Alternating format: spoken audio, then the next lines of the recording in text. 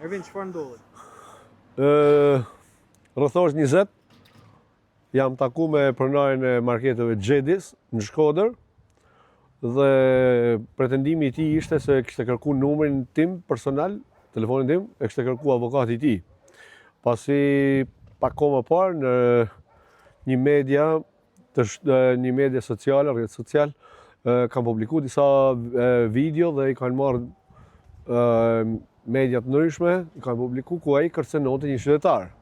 Dhe avokati i tij, me pretendimi ishte që avokati i tij kishte kërkuar takim me mua për të diskutuar se çfarë faktesh kemi lidhur me këtë kërcënim. U paraqita në një mënyrë miqësore, pasi ja kam pak kohë më parë kam pirë një kafe me zotërinë dhe u paraqita krejt i pa vetëdijshëm, i pa mbrojtër, asnjë gjë, nuk prisja goditjen. Dhe ky është rezultati i takimit me pronarin e marketeve Xhedis, Prel Gjoni. Ishte veti katërti, ku 3 nga ata u involvuan në goditjen time, personi i katërt u mundu të ndante, të largonte dhe u mundu të merrte në lokalin e tij të ndihmonte. Të 3 nga ata persona kanë goditur në mënyrë të pamëshirshme. E gjithë goditja erdhi si rezultat, si shkak i detyrës, i punës si gazetar, sepse unë me profesion jam gazetar, i lirë, si në Suedi, ku banoj, edhe në Shqipëri.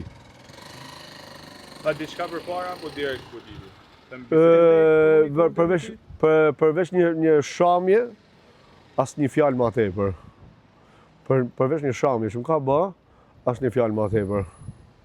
Dhe unë nuk e prisja, isha komplet i paprigatitur për këtë goditje, për shkojnë në mënyrë komplet pasore, dhe sepse nuk e prisja. Siç e thash më herët, unë kam pi kafe me të dhe nuk më ka shpreh që ka ndonjë armiqësi me mua, ka ndonjë hatërmbetje me mua. Ki publikuar një video ku thu që ka, po themi, produkte të helmuara etj. Lidhej me të ajo video? Ditën e sotme kam publikuar një video ku thotë që ka ushqime të skaduara në Shkodër. Një rrjet marketesh ka ushqime të skaduara. Këtë video kam publikuar në rrjetet e mia sociale, si gazetar i lirë që jam, kam publikuar në rrjetet e mia sociale, ku nuk pretendoj të jap në asnjë media apo të bëhem pjesë, thjesht për ushtoj detyrën time si i lirë dhe e gjithë ajo që nuk du të theksoj apo nuk di që të ketë në kush informacion që bëjmë pjesë bëjmë fjalë për të. Pra nuk është diçka që ai ishte involvuar drejt për drejt. Pra ajo video nuk lidhej me nuk ka një emër, nuk ka asnjë gjë. Nuk ka një emër, nuk ka asnjë gjë ajo video. Është thjesht e verifikueshme, është komplet thjesht e verifikueshme, lehtë verifikueshme ku shifet se nuk ka një emër, nuk i drejtohem kujt me emër. Dhe nuk e di nëse ati i ka personit fjalë, i ka djegur duke qenë i vetëdijshëm për çfarë tregton. Do ta publikosh atë video me produkte të skaduara?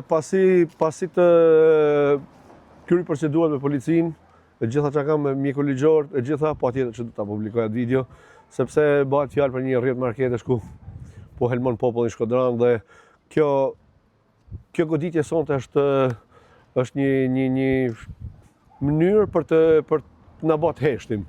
Po unë kam marrë përsipër një detyrë, të jem gazetar, të jem i lirë dhe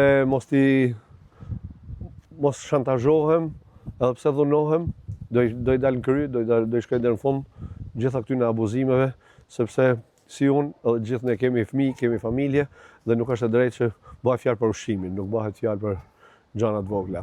Për ushqimin që gjithë ne konsumojmë. Do ja lësh drejtësisë si ngjarje, pra ke denoncu? Absolutisht, sapo kam bërë një denoncim, këtu ndodhemi para policisë, kam bërë një denoncim ku përmendi emrin e tij, përmendi gjithë historinë dhe